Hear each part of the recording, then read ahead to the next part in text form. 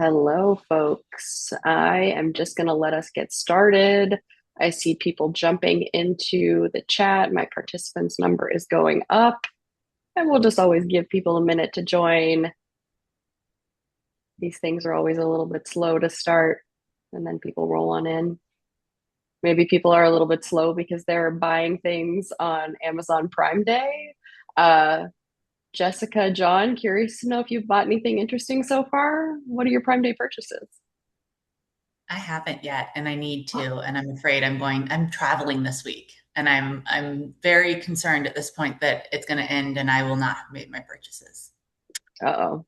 I've purchased well, I paid for, my wife purchased a beach cart for the when we go to the Oh, beach. We're both tired of lugging coolers and chairs and stuff. So we got this super cool like wagon with like really chunky wheels that you can go in the sand with it and throw everything in. I'm super excited for it.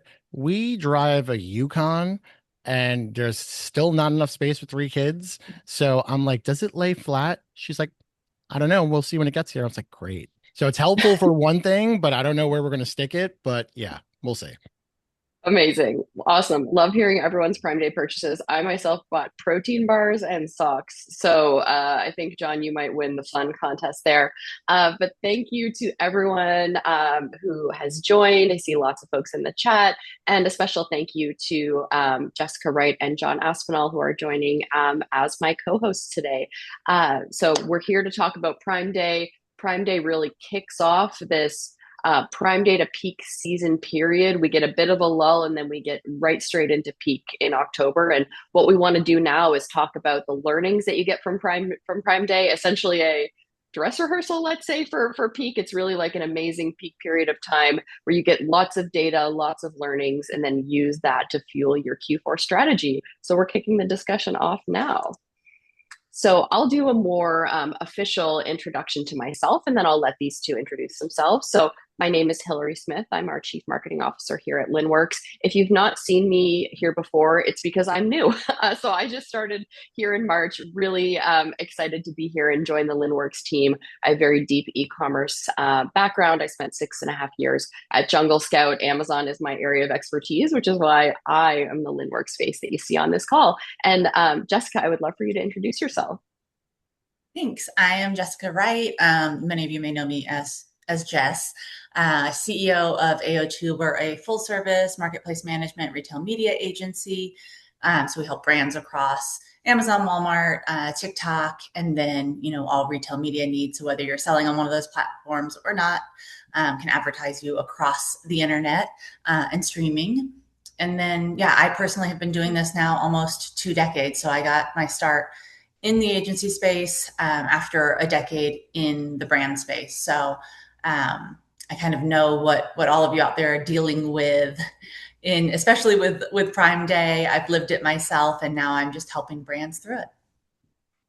Amazing. And John, would love to hear from you. Yeah, I'm John Aspinall, Chief Evangelist and Creative Director of Velocity Sellers. Chief Evangelist sounds very religious. It's not, trust me. It is basically 1 foot in sales, 1 foot in marketing. I'm the guy that goes out there to the events and speaks and webinars just like this, but also the creative director. So, leading like the strategy with our designers for click-through rate, conversion rate, all that kind of good stuff, whether it's ads, PDPs, anything like that. Just like Jess, I've been in the business 20 years, been working at tons of agencies, worked all the way back in the daily deal space back when that was a thing, and evolved out of that. So yeah, in the last probably 6 or 7 years, hyper focused on anything and everything creative and optimization for that. Because for me, it's the lowest hanging fruit. You could spend more money on ads, you can do more optimization on SEO, but what's really in your control, and I'm a big control freak, is your images, right? And Velocity Sellers, everything that AO2 does. No, I'm just kidding. Full service management agency, omni-channel, all that kind of good stuff. What I think is really sets us apart from the pack, no contrasting comparing, is that when with creative, I'm knee deep in it for the clients. So that's something I like to do. Yeah. Amazing. Love that. Love a little healthy competition too. Great to get the competitive juices flowing. Prime Day to peak, very competitive time, right? That's going to be one of the themes that we talk about today is really how you rise above the competition. So we're kind of coming into today with a core thesis, right? Prime Day is not just a sales event, it's an operational stress test and a Q4 data goldmine. This is when you're going to learn which products are resonating, is your creative working, is your ad strategy working, pricing, promotions, everything that goes into your performance. And again, it's not just one thing, it's all of the things that really matter. Everything that helps you and influences your performance on Prime Day is going to be the data that you're going to carry through to peak that is going to help you get prepared. Like we said, there's a bit of a lull, right? We're coming into the summer period. There's not really another big sales event until we hit October big deal days. And then we're like really in it with peak. Now is your time to prepare. Now is your time to hunker down and get ready. So we're asking here in the audience poll, how early do you start planning for peak season? Seeing some good answers come through 6 to 12 months in advance, meaning the majority of you are like already well underway. We've got a few folks saying less than 1 month before peak. They live on the edge, I guess, which is fine. All good. It's whatever keeps you in operations, and if that works, it works. But typically, we've got 63% of people saying that they're planning 6 to 12 months in advance, which I would say that tracks pretty well with what we hear from the thousands of small businesses and mid market businesses that we work with on the Linnworks side. So, what's on the table today? We're going to talk about using Prime Day to prepare for Q4. We're still in the midst of Prime Day, so the data is early. I think maybe even too early to report in some cases. So we're going to be using the combined decades of experience that we have with running Prime Day campaigns and all the data that we have there, what Prime Day really reveals about your operation, and then taking that data and turning it into a Q4 playbook. Take these learnings, make the most of them, and then make Q4 the biggest it's ever been. So, as we all know, Prime Day is in flight. When we first planned this webinar, I think we were all betting maybe that Amazon would do us the favor of doing it earlier in the month. But hey, here we are, 23rd and 26th. I'll shop anytime. I don't discriminate. 2025 was a great year for SMBs on Amazon. I know those are a lot of the customers that we serve in our different accounts. And, 2025 was a record standout year for those folks. So really great to see that those smaller sellers are performing well on Amazon. And one of the things we see is that Prime Day really creates a halo effect. Linnworks doesn't just work with Amazon or FBA customers. We work with customers who sell and are scaling across multiple channels. And one of the things that we've seen by aggregating 5 years of Prime Day data is that among our customers, Amazon GMV jumps about 67% on Prime Day versus normal periods, excluding peak, of course, while that non-Amazon GMV rises about 11% during the Prime Day period. So there is a halo effect of Prime Day. You see it everywhere, especially you see it as a shopper. It's hard for me to resist. I logged into my Zara app last night and saw that they were doing 40% off of a bunch of stuff starting at 10 p.m. my time. And you can bet that I stayed up just to, hit send on that cart. So really interesting to see the lift that happens across all channels.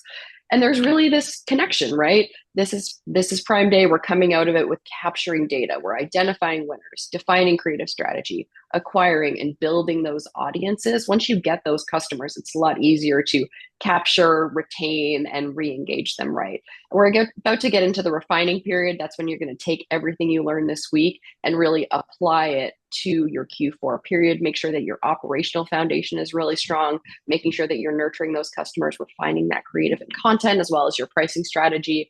And then Q4 is when you monetize. That's, your Super Bowl as a brand. That's when you're going to be scaling, maximizing your high intent demand and really executing at that full efficiency. And those are all the things that we're going to talk about today. So without further ado, I'm going to stop talking and I am going to hand it over to John with my first question. So John, I would love to know, how does your creative strategy shift based on the product category you're selling in? What are your recommendations for brands?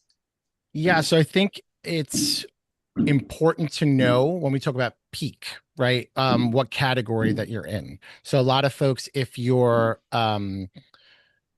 supplements and those kind of things, Q4 means nothing to you, right? That's where your Q1 is. That Q1 is your Q4. So I think a lot of people right now, especially from our side of the agency, leading into tentpole events like Prime Day and all these into Q4, they're very apprehensive to do a lot of creative changes. So that's where they want to do it as early as possible. But there are a lot of good things that you can do for seasonal merchandising, right? Like Prime Day isn't necessarily one of them that you're going to do seasonal merchandising for, even though there's a lot of gray hat tactics that folks are doing, that putting tags on things that say lightning quick deal on a product to try and coincide with something with Amazon, right? But when you're looking at the category that you're selling in, fundamentally understanding, um, are you a trigger pull, knee jerk, commoditized item? And do I need that? Like, for example, if you're can opener or dish towels, anything like that, you're typically wanting to stay above the fold. You're not going to want, when I say above the fold, I'm talking about before your A plus content. If you're something that's a little bit pricier, a little bit more intricate, like a computer component or something that's over $100, $150 that has more breathing room that you need to kind of explain for the buying decision, that's where brands are focusing the A plus content and brand story module. But it's really important to know the lay of the land of what category you're sitting in. And no one wants to hear that. No one wants to hear that I'm in the commoditized utilitarian space. But you have to have that woosah moment and reflect and be like, yes, I am in this space. And as much as really optimized A plus content is, if you're selling a $9 item that's a commoditized or utilitarian item, are they really going and looking at that A plus content? Probably not. So the focus should really be above the fold, which is that hero image and that image stack. Yeah, makes sense. I mean, for me, buying my socks was a pretty easy purchase, right? I was like, utilitarian product. They were $9. I just pulled the trigger on those. And I guess a follow-up for you before we move over to Jess is like, how do you really decide when to focus above versus below the fold? And does that change during peak periods? Like, should your strategy change in like a lull month like August versus a peak month like November? Yeah, so you should owe it the most important image is your hero image. Everyone should know that. That is the most important image. That is your advertising asset when you're doing sponsored product ads because you can't change it. So that's an advertising asset, but that's also getting the click. So first and foremost, if your hero image is not buttoned up, everything else doesn't matter because if you're not winning the click, then all that cool stuff that's on the PDP, they're never going to see it. So in terms of like going into Prime Day, or we're in it now, what I've seen with clients and other people that are in the space, they've been testing 2 to 3 months prior what's going to work for their hero image, hyper focused on that.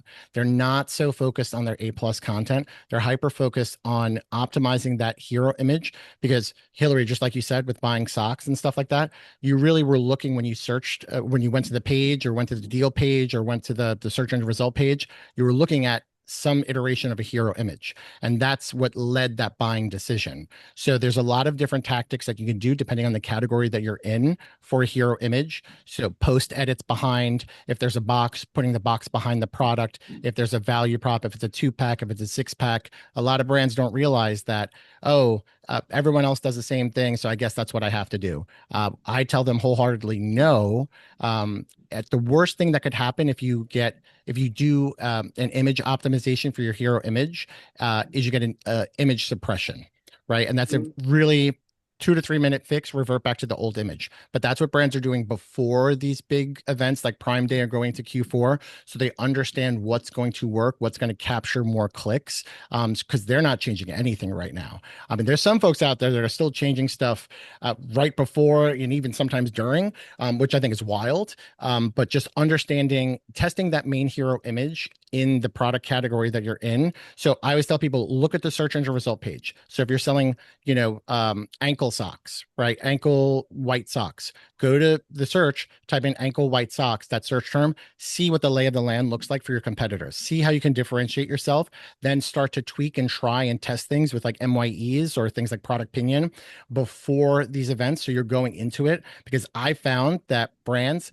that didn't give a crap about their A plus content, but triple down on optimizing that hero image, they're winning big. Mm. It's great. I did note you said earlier, people are doing some gray hat stuff, putting like lightning deals and all this on top of their product image. I saw a few of those going viral on LinkedIn, and I was surprised. I was surprised those got through the Amazon gates to get to the public. That's a whole nother conversation that I don't know if I want to go down that rabbit hole.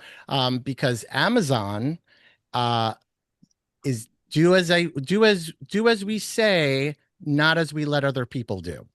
So Ah, often you will find as a US, UK, anywhere else kind of seller, um, you might not be able to do a lot of the things that China direct sellers can do. And mm, often you'll see things that aren't image guidelines for hero images. Um, and then you're like, wait a minute, how is that happening? You go, it's a China direct seller. But insult to injury, not only is that allowing to go through, it's also running as a sponsored ad. So it had to get through two barriers of approval, just getting up and active as an organic listing, but then go through the approval for becoming an ad. So it's wild. yeah. It's China Direct, and it's the bottom and the top. It's all the China Direct, and then it's if you're a massive multinational brand, you can also do whatever you want. But all the like middle guys have to follow all the rules, or they're shut down.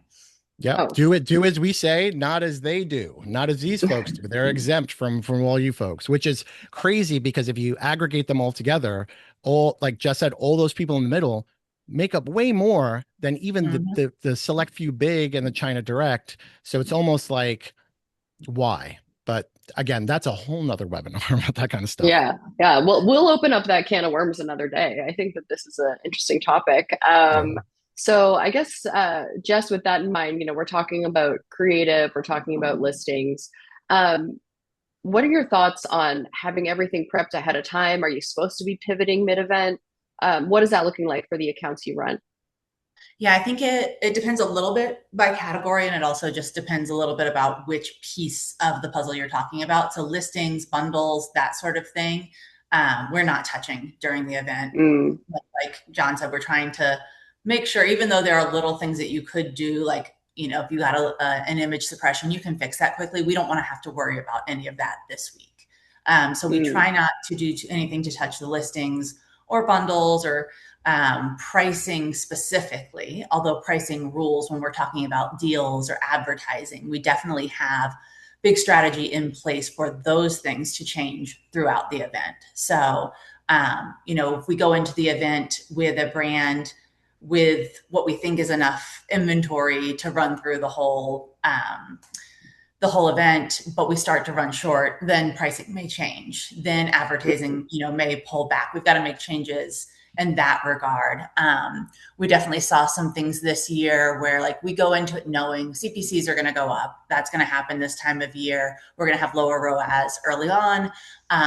But in some categories, we might get surprises where they were less competitive. In a supplement category, we expect massive CPCs. We expect to have to compete and see some compression there. But if something surprises us in another category, like socks, for instance, if we have somebody selling socks and suddenly CPCs are going up in a massive way there that we didn't anticipate, we might want to revisit that strategy because we didn't plan for that with the client in the budget to have to compete so aggressively for an event mm. like this or something like socks. So that's where we might be making some changes mid-event, or raising pricing if they start to sell out and we don't want to sell out completely during the event. We might go midpoint between whatever their sale price is and their normal selling price, to try and slow things but still keep some attention on the listings. Yeah, that makes a ton of sense. I mean, the biggest risk with high velocity is stocking out, right? Especially on Amazon. I mean, that can just kill your organic ranking going forward. So it's a delicate balance between selling as much as fast as you can and not selling out, right? Yeah, and especially because we talk about this being the prep for Q4, but Prime doesn't Prime Day doesn't end with Prime Day. We've got these 4 days, but then there is a halo effect after the fact as well, where Mm, people are still finding you or purchasing you, or you're still serving ads to those people in the couple weeks following. If they didn't pull the trigger during Prime Day, they may still do it. And so you don't want to immediately lose all of the goodwill that you've built from the event, and lose your ranking and all of that because you've run out as a result of the event. yeah, 100%. That's one of the biggest challenges that we see with the brands that come to Linnworks is they're like, I stocked out and then the customer didn't come back and then I can't win that customer back. And often when products are stocked out, especially if it is like, off Amazon, maybe it's on like a direct storefront, like a Shopify, it's really hard to re-win that customer's trust. Yeah, so I started really my Amazon career in toy manufacturing. And so we used to always say, like, um, whoever had toys left 3 days before Christmas is who is winning Christmas. Mm, Because all of that selling period is great, but now that people have gotten accustomed to be able to get stuff within 1 and 2 days, more and more of the population is waiting until that last couple of minutes before, they absolutely can't get anything and making those orders. And so if you sell out at cheap prices during Black Friday, Cyber Monday, and you don't carry inventory throughout the event, or throughout the whole holiday period, then you are going to stock out. You're going to stock out at a lower price, and you are going to hurt your own margins because you didn't protect it and run it through and keep buyer interest. So now, as Prime Day has gone from 1 to 2 to 4 days, I think that same strategy starts to apply more and more for Prime Day as well. yeah, no, absolutely. Yeah, you're so right. The 4 day shift, this is the second year with 4 days, and I'm just really eager to see like how it trends day by day over time. So can't wait to dive into that data once it's all up and ready. So just want to recap on what we've covered so far before we kind of jump into our next section. But really, the less changes you make during Prime Week, the better. You got to make sure your strategy's on lock before you go into it. The fastest moving inventory is what helps predict your Q4 planning. So you got to make sure that your multi-channel demand or you're got to make sure your inventory can keep up with multi-channel demand, especially if that halo effect does expand beyond Amazon. And then lastly, like don't design for the product, design for the objection. If there's a different category, there's a different objection. John, this goes back to some of the creative stuff that you were sharing, which I think is so insightful.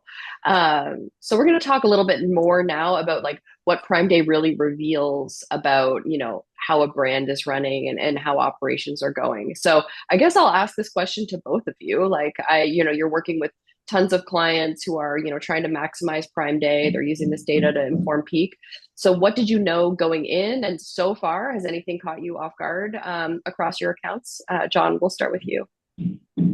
So from my end, for mostly creative, no, not so much. But from hearing from other departments, I think the big elephant in the room is, TikTok Shop is huge, right? And I think a lot of brands are hyper focused on TikTok Shop in parallel to the other marketplaces, and I don't think that they were prepared for inventory, and I'm not an inventory person, but for inventory and having product for this Prime Day week, whatever you want to call it, with the growth and scaling on TikTok. So I think that's been a Mhm. hurdle as well, is for them to be able to allocate and plan appropriately for these kind of events with the rise in other marketplaces taking off. I think that really caught a lot of folks off guard for this one.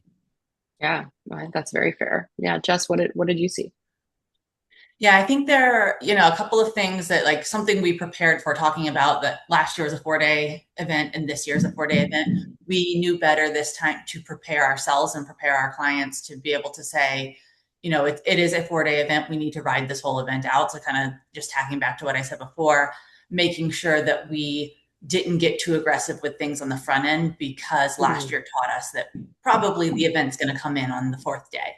We saw a spike on day one, lower spike on the middle 2 days, and then everybody coming back for those deals they put in their cart and the things they were waiting, to purchase, and make sure no better deal came up. So that seems to be playing out the way that we expected it, for sure. We definitely seen some of what John was talking about with TikTok Shop and other marketplaces, because of course Walmart's running their deal at the same time, Target's running their deals at the same time. TikTok's just always deals. But I think we've come to expect that a little bit as well. And because we are managing TikTok Shop for some brands, we had a little bit of insight into that. I think what we saw that surprised us so far this year is also something I kind of mentioned before, although I use the sock uh, as the example because you brought that up. But just seeing some people or some brands come out of the woodwork that we haven't had to compete with before. So in categories where we really thought that we could have lower CPCs and we didn't have to be as aggressive with the advertising strategy. And then we got through day one and realized, oh, there are either a lot more new players. There are, players who've been around who are becoming more aggressive. Something has changed in this category, and what we thought was a great advertising strategy and what we thought would be enough isn't getting us through. Or the flip side of that, what we have to offer, what we can do, what this brand's budget is not enough to compete, and maybe we need to go back in now and look at doing some coupons or something else, running a sale price to change up the strategy mid-event to make sure that they have, the eyes on the product that they were hoping for during the event. Yeah.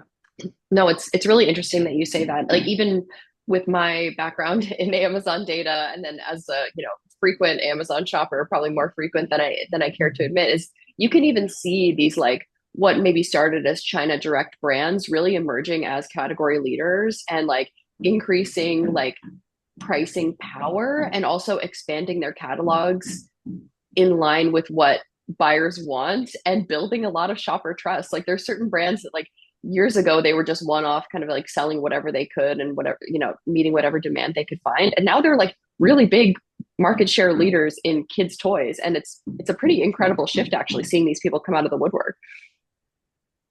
Yeah, it's interesting, especially because you bring up kids' toys, and my background is, in toy manufacturing. The reality is, right, all of these same people who are coming out of the woodwork as these China direct brands making these products, they've been doing it. They're the ones who are making it for most of the US manufacturers or most of the US brands. So they've been doing it. The product is a version of that without the brand name. And now they're finding a way to actually get directly in front of the consumers and give them something that's good enough in some cases. And some cases not, given the story that John shared with us right before this webinar. Yeah, that was a horror story. Maybe we'll save that one for Q&A because I think it is quite interesting. So I guess, John, back over to you. So like, what is the main takeaway that you have going from Prime Day into Q4? I mean, we're still mid Prime Day now, but what is your takeaway to help you inform your Q4 strategy for your clients? Yeah, so I think we're hyper focused for a lot of the brands that, we're working with, like I said, above the fold, right? Even though like there's so many quick wins to just, especially we work with clients that have massive catalogs. So think of like nuts and bolts and HVAC components and really unsexy, but needed items, but vast catalogs. So we really focused above the fold. I think going into Q4, this is the time for us to then go below the fold to then optimize for everything else. To really, because it's a longer period too. Obviously, it's not 4 days. We're talking about, a handful of months going into it. So we're really hyper focused on that, but then also taking out any data points, any kind of wins, any sort of, where did the click-through rate increase over here? Where did conversion go down over here? And using that data to build out a better brand store. I am someone as a creative director. This is what we do. Amazon gives you lots of things to do and you do them. But for me as a shopper, I never shop on a brand store. I have never once went on a brand store and poked around. It was like, let me see. It's only been for work and business. But I get the value in a brand store. There's no ads there. And that's like the one source of truth where you can just route people towards. But again, I'm a realist. I understand that most people aren't shopping that way. So taking the data from this and then optimizing long tail everything else, so below the fold in the A+ content, and then using all that good information for optimizing the brand store. Because as I see it, more people would be poking around in a brand store when they have a little bit more breathing room and time for shopping, like going into Q4 versus Prime. I'm calling it Prime Week. It's not Prime Day. It seems silly to call it Prime Day when it's multiple days. It's Prime Week. Oh yeah. During this time, it's like, and also have to understand, take into account how much percent of shopping is either done or at least started on mobile, right? So when we talk about that, A plus is almost out of the picture, because if you ever hand a phone to someone or watch them, interact with Amazon, say, hey, open up your phone and go to Amazon and show me how you shop. They're going to click around. They're never going to get to the A plus content. They're almost definitely never going to get to the brand store. So I think taking those actions, that buying and customer shopping journey, and relating it to the different types of events. And for Prime Week, I'm coining it. It's all above the fold because no one's going deep in the weeds. But going into Q4, this is where we're going to take that data and expand into the A plus and brand store. Yeah.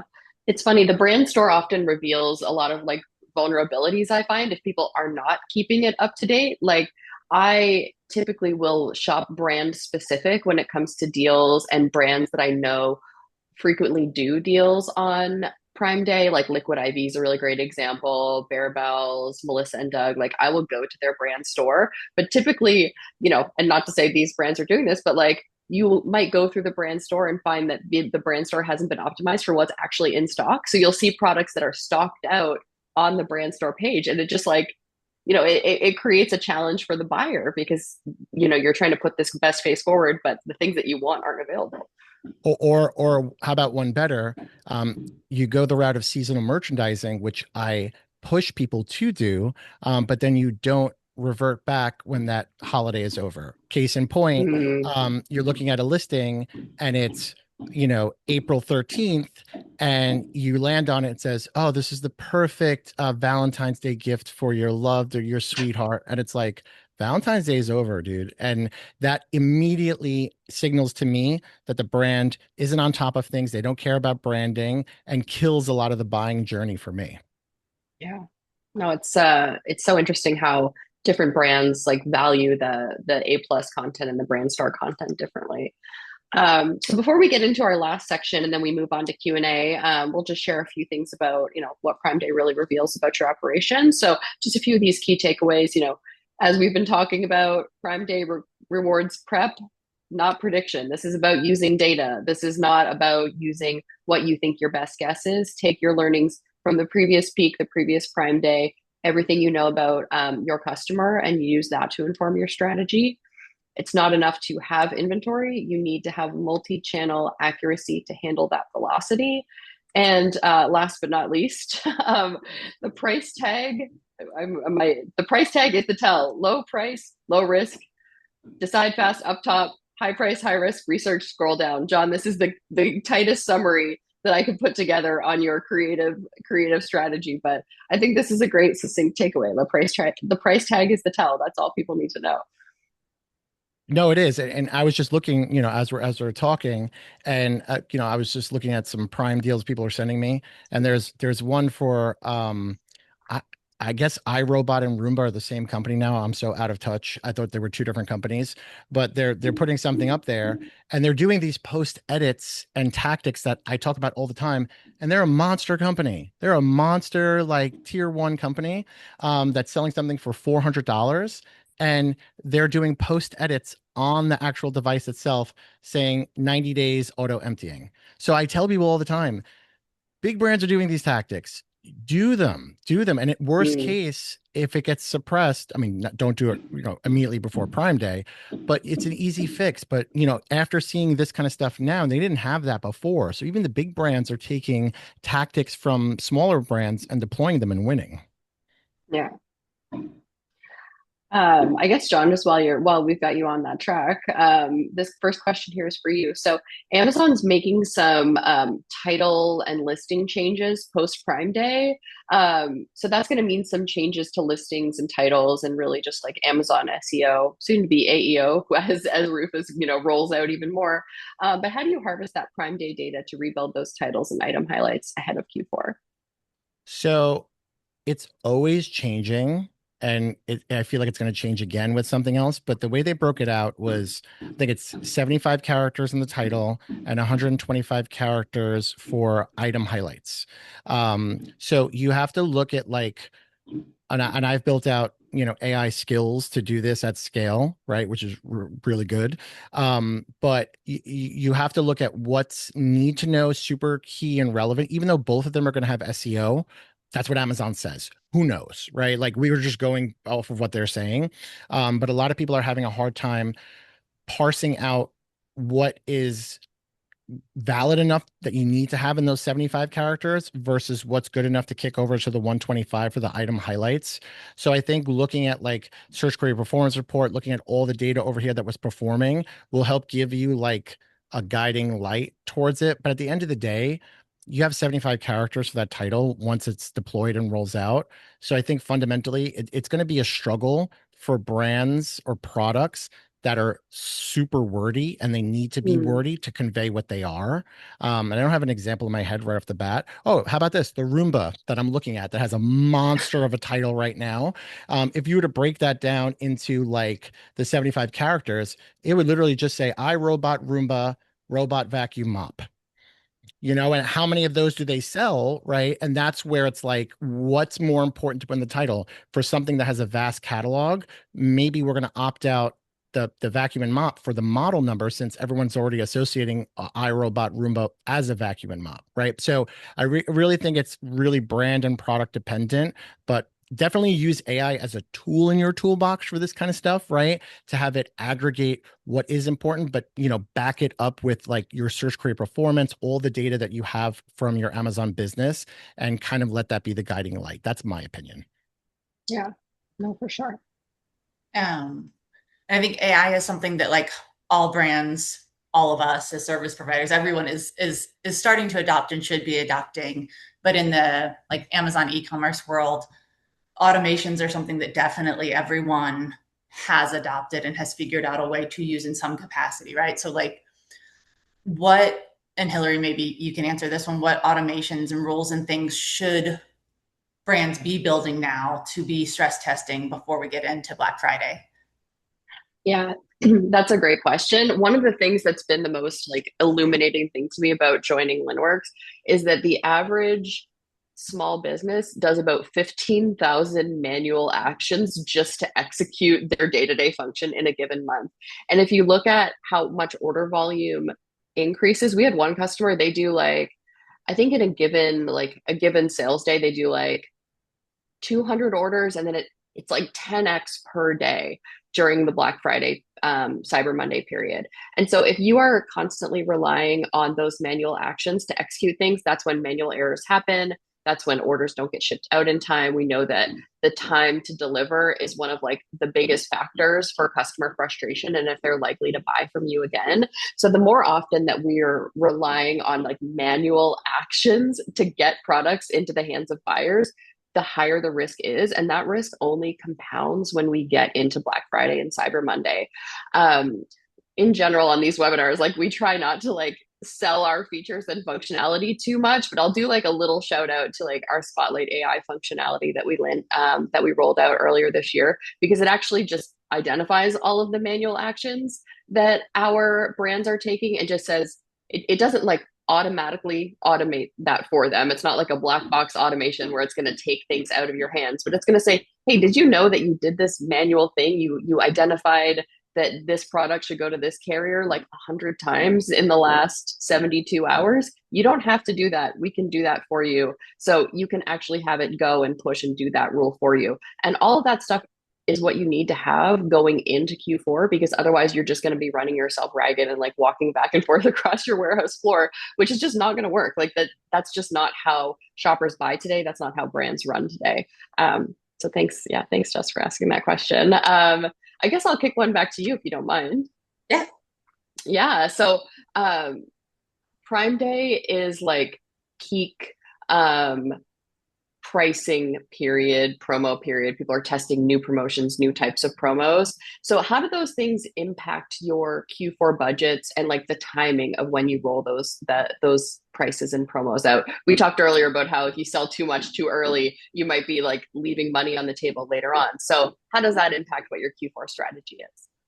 Yeah, and I think this year is going to be really interesting for that. So, a couple months before Prime Week, Amazon introduced new pricing rules again, what you can do before you discount things kind of thing, where we have to be really clear about not making something appear that it's a deal when it's not really a deal. And I know throughout Prime Day, we've already seen people who are abusing those new rules again. So back to what John said about, do as we say, not as others do, because somehow people are still being able to get around those rules. But this is the first event where we've had some of those new pricing rules in place, and had to work around the cadence at which you can reduce or raise price and still show up as having a deal. And so what we really looked at this Prime Day, and we'll definitely have some feedback probably early next week about how did things perform under those new rules, and then what types of promos, coupons, deals, what actually had the best return by category. And that's how we're always trying to look at things, because category by category or price level by price level, it's going to be different.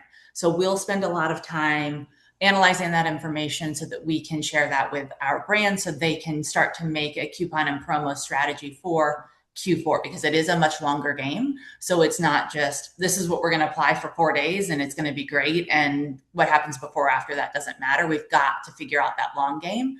But the other reason I think it's going to be really interesting this year is because we may actually end up with a little bit more bandwidth than we have in past years. We don't know this for certain yet, but you mentioned fall prime deal days in October. But what we're hearing is actually that might back up this year. Same as how prime back from July to June. We're hearing rumors that that fall prime event is going to back up from October to September. And if that happens, yeah, it kind of makes sense with prime backing up, because now we've got one big event per quarter, but it also gives us one more stress test before Q4 really starts. It's instead of being just 30 days before, instead of brands worrying that whatever deal they run for the fall prime deal event is going to somehow impact what they're doing for Black Friday, Cyber Monday, especially because it's that close timeline, especially because Alexa for Shopping now immediately shows you the 30-day window. You can choose to see a wider window, but you're going to see that 30-day window regardless. Moving that back in September, I think, gives brands one last chance to figure out their strategy, to test all of these things that we have deduced from Prime Week, test that out in September, and then be able to apply the absolute best from 2 trials in Black Friday, Cyber Monday period, without risk of disrupting any kind of like pricing rules or new things that Amazon has put into place. So we're banking really heavily right now on that concept. Of course, we'll have to wait until shortly before. Hopefully they give us another 2-month heads up and at least say it's going to bump back a month.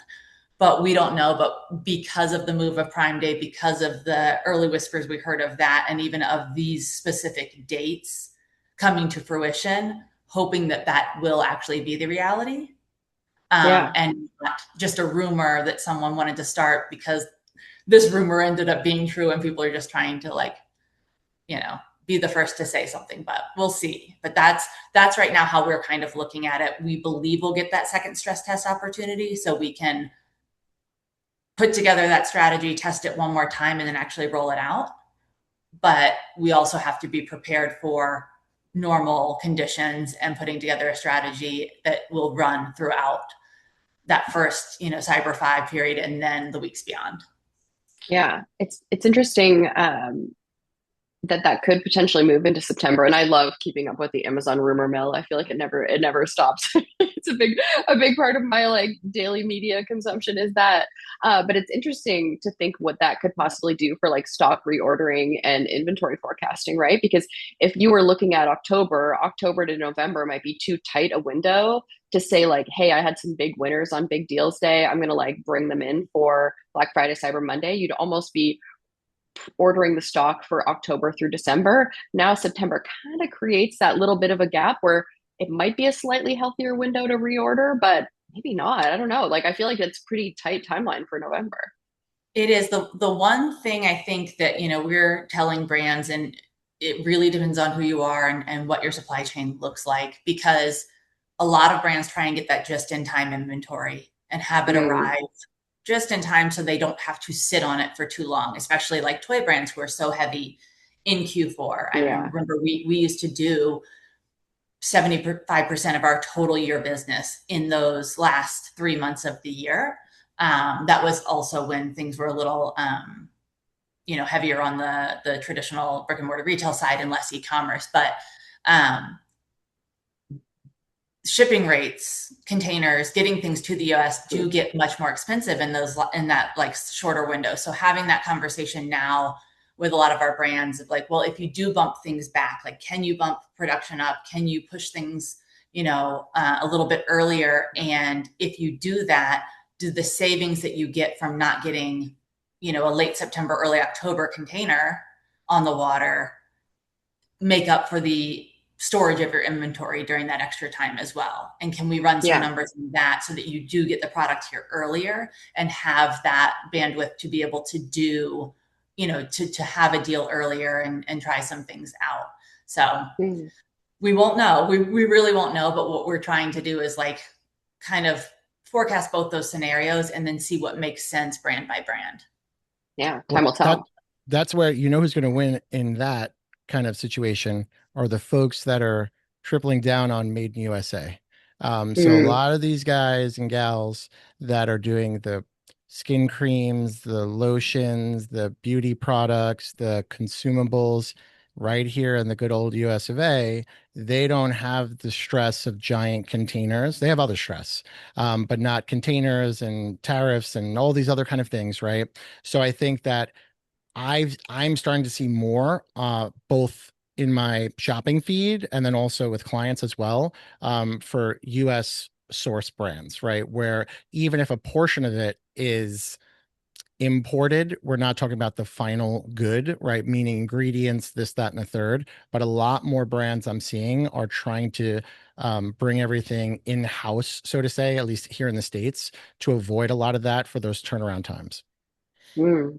Yeah, you're Yeah. right. And even if they are getting inventory components from overseas, it's much easier to do those small parcel, quick air shipments at a reasonable price that even if they have to bump their price a little, they're the only ones in stock, so they can do that. A good Yeah. example of that is like right now it's very very very popular copper peptides, right? So the Mm. GHKCU, if you've seen it online, it's always in like a blue color, right? And that blue color derives from the copper powder, whatever it is, which is a blue powder. So I know a couple of brands that actually, it's manufactured here in the US, but that powder is sourced from overseas, I forget where. So it's almost nothing for them to air over that powder, right? Because it's Mm. powder, So for them to have the final output, they don't have to ship giant containers of finished goods for serums and creams. So it just makes it a whole lot easier. Yeah. When the tariff kind of like the flurry of like tariff news came out last year, I was at Jungle Scout and we did see like this insane spike in the listings that were saying their products were made in the USA because the demand for made in USA products went up so high because people were so price conscious. It's interesting to see how that'll continue to, impact this year. I mean, I think people have realized like, hey, it might be a good idea to have like a bit more like supply chain close to home, and also buyers want it. Buyers want something that is made locally and are able to put their investment there. All right, so we're just about done with our panel portion, and then we're going to jump right into questions. So again, Prime Day, just the start of your Q4 strategy. You've got 90 days to fine tune, maybe less if Amazon's going to pull out a September peak deal day. Time to stamp out manual work and manual errors now. And then Prime Day tells you what people actually typed and bought. I love this line, John. This was yours. Q4 titles should be written by your customers, not your copywriter, and not your Claude instance, I guess. Even though if you want to ask Claude to do a little help there. Well, that's coming from, that's coming from the Amazon data, right? So it's coming from the search query, it's coming from all these different things. So, Yeah. you can have the best copywriter, the best AI tool in the world, but there's nothing better than actual data from the consumer. And that obviously reflects into like optimizing for Alexa shopping, right? So all the questions that are being asked on your page, on your listing, are you answering them? Mm, So yeah. And I guess with that in mind, questions. We're talking about questions, and now we're taking questions. So, anyone who is in the audience have any questions for this group? We'll wait for a few of those to roll in. Well, I did answer one that came in. So Oh, you someone had did. said, "Oh yeah, yeah." So they had said, Leia had said, you need to stop giving bad advice that imagine suppressions are an easy fix. If you want to suppress your listing and inventory for a few hours or days, that is an operational problem. I never risk anything with my Amazon accounts, not worth it." And I replied, I totally agree. But Amazon is about risk and reward. If you optimize your hero image and it pushes the boundaries and it wins, you're going to increase CTR and more sales and more revenue. So each business owner takes that risk and reward. And I stick to that, right? So I know tons of folks and brands and owners that play by the guidelines, just play by white image, white background, plain product image, and it is what, and they do fantastic business. Could they be doing better? Sure. But you have to weigh the risk and the reward. And Jess could back me up here too. An image suppression is not your listing was taken down, your Amazon's account suspended, you're revoked, you're kicked off the platform, kick rocks. It is a very easy fix and it's pretty quick. Now, that being said, I would never do it the day before Prime Day. I would never do it going Mm. into Q4. These are all done in off-peak times to optimize what good is going to look like. And also if you want to gut check if Amazon's going to let it rock, if they accept it and then you run ads against it, and then if it's still accepted in ads, you're typically not going to have an issue. But again, everything is risk reward. And I could point to countless numbers of large brands doing these, China direct brands doing these. And what I often find is the lull in the middle where brand owners don't want to take the risk because they're fearful that the account's going to get restricted, they're going to lose sales. And I totally get it, right? Like if you don't want to risk it, don't risk it. But for the folks that do want to push the envelope, right? Nothing, and remember, Amazon's image guidelines are image guidelines. It's not image, restrictions or image policies. There's nothing that says an image policy. It's a guideline. And if you look at every category, it's different, right? If you were to search bed sheets right now on Amazon, according to Amazon, you're supposed to have just the white background and the sheets. You're going to get hit with a beautiful bedroom with a headboard and a night table with roses on it and all these different things, right? So they're optimizing for the buying experience and the buyer's journey. And Amazon will always go with what's best for the buyer because that's in their eyes, that's what it is. That's the golden, they can't be doing any wrong. So understanding, you know, when you're in shoes, for example, there's a lot of no-fly zones. Shoes, jewelry, media, you can't do any of those kind of tactics, right? Amazon has those locked down. So I think it's fundamental to know the lane that you're in. Yeah, the one thing I would add to that is that it also matters. So first of all, like we ride the real fine line as an agency. I'm not going to make any change that is technically outside of recommendations or compliance, but we'll give the brand the information to make the change that they'd like to do on their own. And again, that risk versus reward. If you're a $5 million brand doing, I don't even know what category to choose as the example, but it doesn't really matter. If you're doing 5 million a year, your listing comes down for 3 days because of some compliance issue. That's, 40K that you've lost, right? So that's a big risk. If you're doing way more than that or way less than that, your risk versus reward changes. But what it comes down to for me is compliance across the rest of your listings and catalogs. If you have been dinged for a lot of things, there are notes in the back end on Amazon. They have made notes about your account and who you are and how you are as a seller. And so you are definitely more at risk. If the rest of your back end attributes, the rest of the things in your listing aren't 100%, then yes, making an image change that should be a super easy fix if something goes wrong is a big risk, because if you get flagged for an image issue and something else in your issue, you're using prohibited terms like, pain relief or something like that, then you're not going to be able to get your listing right back up, because that image is going to flag these other things and you're going to have a compounding effect. So, like so many things on Amazon, what you do or don't do should be dictated by how buttoned up you are in general. If you are operating at 99% most of the time, then you can take more of a risk with something like the hero image if it's going to give you a big payoff. But if you are someone who constantly has account health issues and listings that have been suspended for missing certificates or for prohibited terms, or because they're products you shouldn't even be selling on Amazon, you shouldn't risk anything with your images, because you are not going to get that listing back up quickly. And so it is very situational. I would agree. And you know, even though I'm a proponent of doing that, um, Jess, you're right. Like, you know, if you're having all these other issues, your CTR is probably, fourth and fifth on the totem pole of what you should be worried about. But no, I agree. Yeah.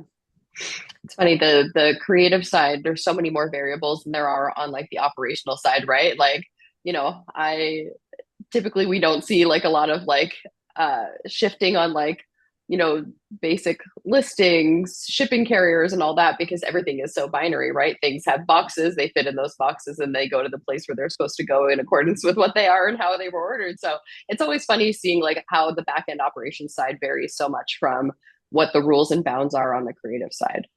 I will say this too. Um, just because this is like I always say I'll die on the hill of what I believe in with this kind of stuff, right? Like I used to work at the Daily Deal space years and years ago. That obviously fizzled out, but the owner over there went on to create Goli, the supplement company. So I know them very well, and I've always told them, why aren't you doing this tactic? Why aren't you putting a box behind it like everyone does in supplements? Like, Mary Roots, for example, is a monster company. If you look at their liquid multivitamin, the big bottle, there's a box behind it. We have that on, Subscribe and Save. My wife gets it all the time. Never comes with a box. The box is just for, merchandising, but no one cares, right? Because when you get it, you're going to open it and you're going to consume it and it's great and you're going to love it and you're going to go on to the next one because it's not giftable. So no one cares about the box in the background. But it's so funny because talking to Goalie, I was like, why don't you have the box in the background? Oh, whatever. Looked on Amazon just the other day, one of their ASINs, not their main apple cider vinegar one, which is their hero main product, that doesn't have it, but one of their newer products has a packaging behind it. So even these large brands, like Jess was saying, they're not going to do it with their biggest one that's detrimental to their business. They're going to test it out with a smaller one to see if it's moving the needle, if there's any issues, and then probably slowly roll it out to everything else. But there's no box. It's all an illusion. It's all that's what people have to understand. It's all there's creative and there's merchandising, right? Like that's like if you go to a department store, I sound really old saying department store. If you go to a department store and you're looking at you're walking down the clothing aisle and the mannequin's there, right? And the mannequin is wearing the shirt, the shoes, the bag, the hat, the glasses, So you're like, I like that. It's not going to come with the mannequin. You like the shirt, it's not going to come with the glasses. You understand that things are fundamentally different. So I also tell people go on Amazon and search any kind of computer monitor. You're going to get hit with a search engine result page of every single monitor with a different wallpaper that's on the screen saying 27 inches, 60 frames per second, all the because they're merchandising the space that they have available, right? But you're not going to get a monitor with a wallpaper that says all that. So people are smarter than a lot of folks that lead them on to believe. So it's all about merchandising, and that's one thing I just want to kind of end with about that is always merchandise and do creative that's best for the customer experience. If it's not best Mm. for the customer experience, if it's only in your best interest as the seller and brand, then don't do it. Yeah. I mean, good advice to end on. We're actually at time, so we just hit the 1 hour mark. So with that, we will take our leave. But thank you so much to everyone who joined us. We will be sending out a recording, and I did just before we hop, I did want to make sure that everyone who is interested in getting in touch with either of our speakers, we have scanned QR codes to get to their contact us pages on their websites. So please scan these in. If you want to reach out to Linnworks, by all means, give us a shout. We're happy to chat with you anytime. So thank you very much, Jess and John, for taking time out of your Prime Day planning, strategizing, shopping to join me today. Really excited to see what comes out of your client accounts in Q4. I think there's a lot to look forward to. Well, maybe we'll do this again in Q4. Maybe we'll do like a Q1. We'll come back to this and see what we actually deployed and if it worked out. Who knows? Oh, Maybe interesting. what So I'll we see say you at makes sense. noon on Black Friday. Let's do it. Let's do it. All right. Thank you, folks. Really appreciate all of your time. Take Thank you. care. Bye. Bye. Thanks.